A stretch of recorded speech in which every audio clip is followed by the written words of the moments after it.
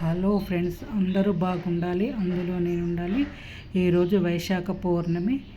ఏ పౌర్ణమి అయినా, శ్రావణ పౌర్ణమి అయినా, కార్తీక పౌర్ణమి అయినా, ఏ పౌర్ణమి అయినా పౌర్ణమి రోజు చేసుకునే పూజకి ఎక్కువ ఫలితం ఉంటుంది. ఇది మనందరికీ తెలుసు.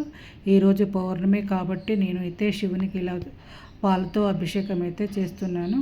చూడండి, అభిషేకం చేసిన తర్వాత మళ్ళీ నీటితో అభిషేకం చేయాలి. నీటితో అభిషేకం చేసిన తర్వాతనే ఆ శివయ్యకి మా ఇంట్లో చిన్న స్ఫటికలింగం ఉంది, దాని పైనైతే ఇలా అభిషేకం చేస్తున్నాను.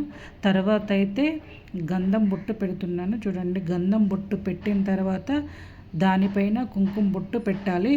కుంకుమ బొట్టు పెట్టిన తర్వాత ఒక చిన్న పుష్పం అయితే ఆ స్ఫటికలింగం పైన ఉంచాలి. తర్వాత అయితే ఇలా ఎల్లో కలర్ వత్తులు ఉంటాయి కదా, ఇవి శ్రేష్టమని నేనైతే ఈరోజు ఎల్లో కలర్ వత్తులు అయితే తీసుకున్నాను.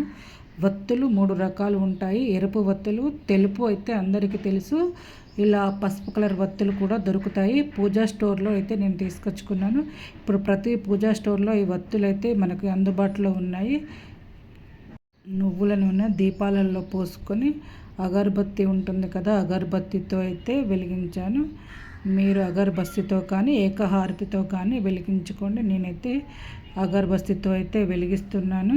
అగరబత్తితో వెలిగించిన తర్వాత ఇలా బిల్వపత్రం అయితే ఒకటి తీసుకోండి. బిల్వపత్రం ఒకటి తీసుకున్న తర్వాత దానికి మంచిగా గంధము, కుంకుమ పెట్టి దానిపైన 3 గవ్వలు ఉంచండి. 3 గవ్వలు ఎందుకు ఉంచానంటే, నేను గవ్వలు అంటే లక్ష్మీ స్వరూపం కాబట్టి ఎప్పుడు మన ఇంట్లో లక్ష్మీదేవి స్థిరంగా ఉండాలని నేనైతే ఈరోజు గవ్వలు పెట్టి, గవ్వలకి పసుపు, కుంకుమ, గంధం పెట్టి అక్షంతలైతే వేసి, అమ్మ మా ఇంట్లో ఎప్పుడు స్థిరంగా ఉండు తల్లి అని నేను మనస్ఫూర్తిగా దండం అయితే పెట్టుకున్నాను.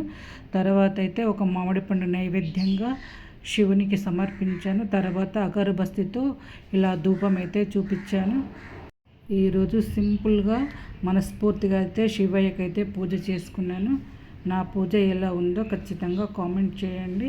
తర్వాత అయితే దేవునికి హారతి ఇచ్చాను. ఎప్పుడు పూజ చేసుకున్నా మనం తెలిసిన విషయమే, దేవుడికి ఖచ్చితంగా హారతి ఇస్తాము. బాయ్ ఫ్రెండ్స్, మరో వీడియోతో మళ్ళీ కలుద్దాం.